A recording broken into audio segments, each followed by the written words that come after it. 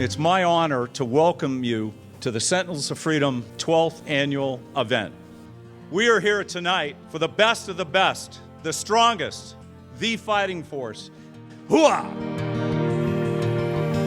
There's a gentleman that I am honored to introduce here who is really a friend to every person in this room, I suspect. He changes lives, and he's been doing it for the past 2.5 decades. And what Sentinels of Freedom does is really empowers people who have given so much that just need our support and help, and it is an incredibly successful program. It is my honor and privilege to introduce none other than Mike Conklin. You've all heard the slogan, when things get rough, call in the Marines. Marines have been at the forefront of every American war since the founding of the Corps in 1775. They've carried out over 300 landings on foreign shores, and their record of readiness reflects the pride and responsibility of the Marine Corps in meeting any challenge they may face at our nation's call. What would our nation look like without the Marine Corps? There are 5 forces that give the Marine Corps its strength. Our legacy force, our Marine veterans who come home to do so many great things in their communities after their military service. In reality, these Marines never stop serving their country and their communities. The second force is our current Marine force and our active and reserve Marines who at a moment's notice can move to any battle space or humanitarian disaster around the globe to overcome any obstacle in whatever situation they are called into. Marines are the first to fight and determined to succeed at our nation's call. The third force is our future Marine force, our high school graduates who will be leaving this summer after making the highest commitment a high school graduate can make, that of joining the Marines and serving our nation. Our fourth force is our Marine family force, Marine spouses, Marine children, Marine parents and relatives who provide the much needed close family support in keeping our Marines healthy and motivated. The fifth and last force is external to the first 4 forces. It's you, our citizens, who show the Marine Corps respect and support, and our citizens in the defense industry that provide the Marine Corps the quality tools and equipment they need to perform their missions. Your support provides a vital component of the Marine Corps total force. Your being here tonight is a testimony to that support. Thank you.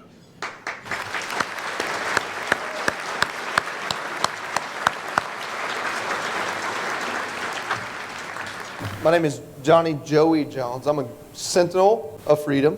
I've got fake legs, if y'all didn't. I'm a hell of a lot better at talking than I was taking bombs apart. I'll leave you at that. But because of the work that Sentinels of Freedom does, they got me into Georgetown University. With that education, now I talk for a living. I host television news, conservative news, but I love everybody, so don't worry about that. Everyone in this room will at some point say to someone like myself, man, we just don't do enough to say thank you. We just don't do enough to support you guys. And what we really feel is the worst thing you could have done for me is to treat me so much like a hero that I never have to expect something of myself again. The worst thing you could have done for me was to tell your politicians they have to take care of me to the point that I'm pacified in my own ambition, responsibility, and ability to take care of myself and my family. What makes this organization so unique is it does the opposite of that. You only get that assistance and keep earning it if you continue to go down that path to challenge yourself. I am channeling the 35th Commandant of the Marine Corps, General Amos, tonight. And I talked to him right before I came over. They were extremely disappointed, as Mike said, that they couldn't be here tonight, he and Miss Bonnie. He wanted me to chest bump and fist bump every Marine in the room, and if you know General Amos, he would have done that. Bonnie wanted me to go around to everybody and give them hugs and kisses, and I'm probably beyond that, and I won't be doing that, but the folks up here who know General Amos and Miss Bonnie would agree to that. They are the biggest advocate, and Joey said it the other night. They were the Commandant and Mrs. Commandant for Wounded Marines, and they felt very deeply, almost to a religious extent, and probably to a religious extent, that we as a country and as a Marine Corps and as Sentinels of Freedom need to take care of our wounded warriors and all of our Marines. And there's an interesting picture here, and I won't go on too long, but if you look at the short bios of the pictures that are on your table, and you look at General Amos, and that's an official Commandant portrait that is done for all the Commandants. So that portrait either hangs in the hallways of the Pentagon or it hangs in the Commandant's quarters in Washington, D.C. If you look down in the corner of General Amos's picture, you'll see a portrait or a picture of Miss Bonnie. And at the time, and it still is, it was illegal, and I'm not a lawyer, but for a Commandant to have his wife in the official portrait. So General Amos and Bonnie, who are joined at the hip and teammates and very devout about taking care of our Marines and sailors that are attached to the Marine Corps, he says, screw you. And he put Miss Bonnie in his picture there. And so that's a picture that hangs in his official residence and will go into the Pentagon. But that's who they are. You won't see generals like me getting blown up by IEDs and taking rounds. Generals, as Joey has articulated to me the other night over cocktails, we're back in the rear drawing big arrows on the whiteboard and coming up with policy and then sending him and Garrett downrange to do the nation's and the Marine Corps' dirty work. And it is dirty, and it is hard, and it is dangerous, and it is soul-breaking work. And every soldier, sailor, airman, Marine, Coast Guard, junior enlisted, NCO, staff NCOs, they are the ones that carry the fight for this country. And that's one of the reasons why General Amos and Miss Bonnie are so devout on taking care of the people who are doing this nation's dirty work and taking that fight into the enemy. It's Joey and Garrett who have fixed the bayonets on the M16s and jammed them in the eyeball of the bad guys that want to do, and the colonel, bad things to this country. So we owe them a debt of gratitude. And again, Mike, thank you from the Commandant, the 35th Commandant, for all the great work that the Sentinels of Freedom do.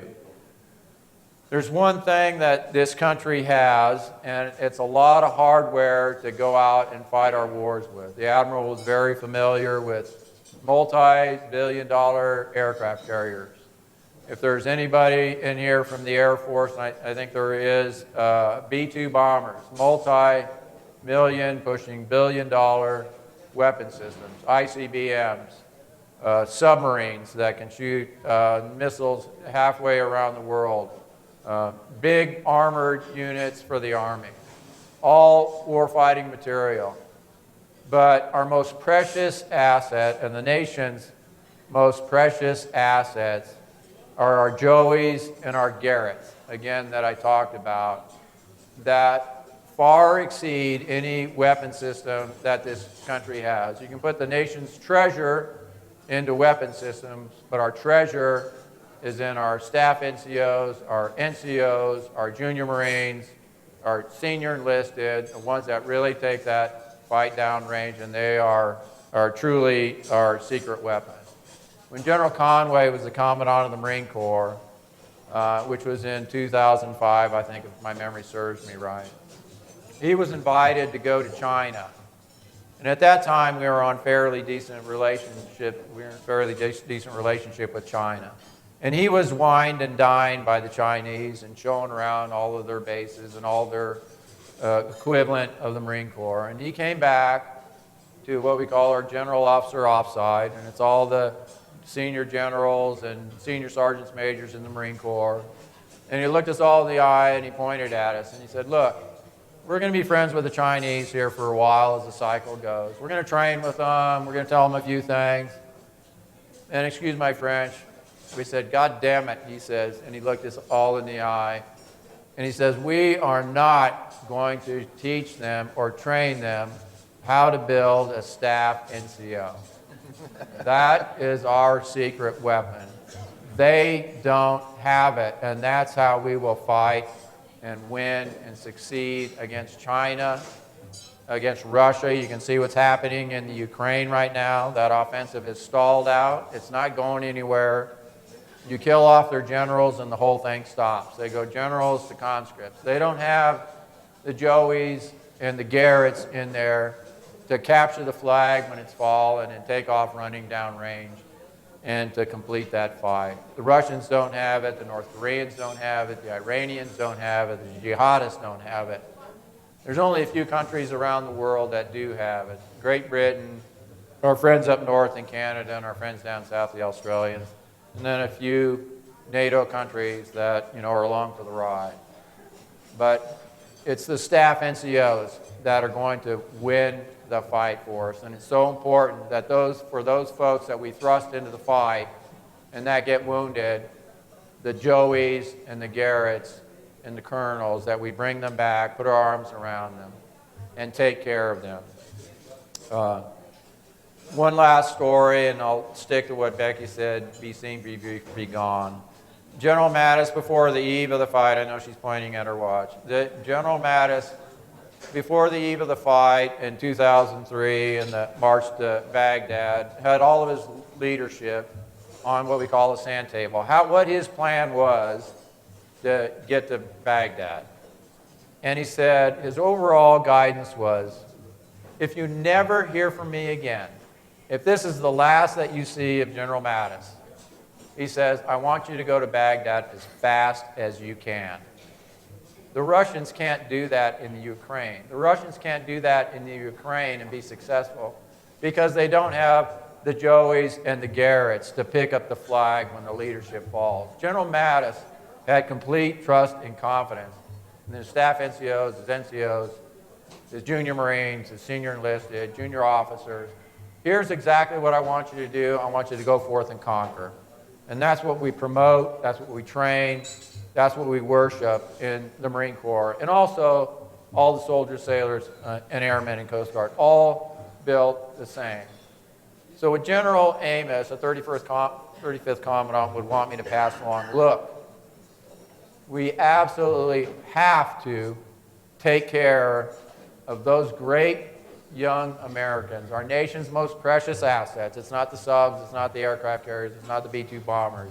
It's the Joeys and the Garretts, who are seriously wounded in combat, who are taking the fight to the enemy, to put our arms around them and then take care of them.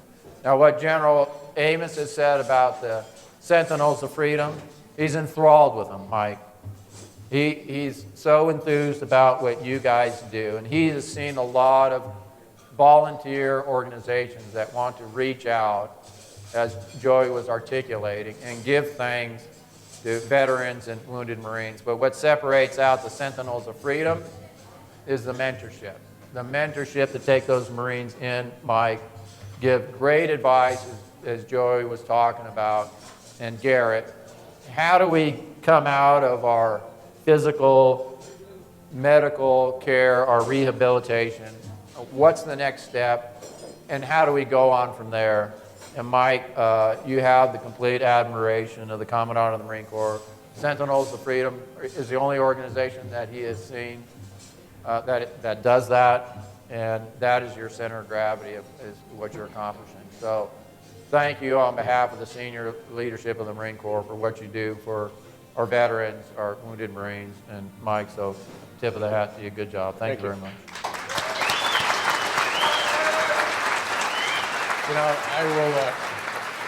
In reality, we're an investment firm.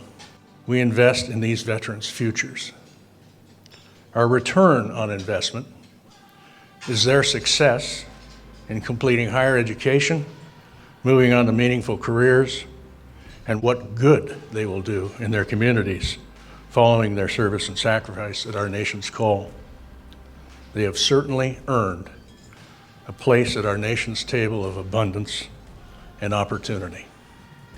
Our mission is to guide them, help them onto their objectives and goals, leading to productive, self-sufficient lives.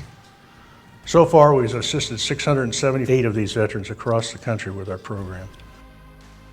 Mike was my mentor, and so I've been very blessed to have a very, very special relationship with him over the last 15 years. And so I look at Sentinels as the investment. We get the medical treatment to put us physically back together, but what you really need help with is like, how do I march forward? And having that elite leadership that we have that will pick you up and say, hey, I'm going to shepherd you. That's unlike anywhere else.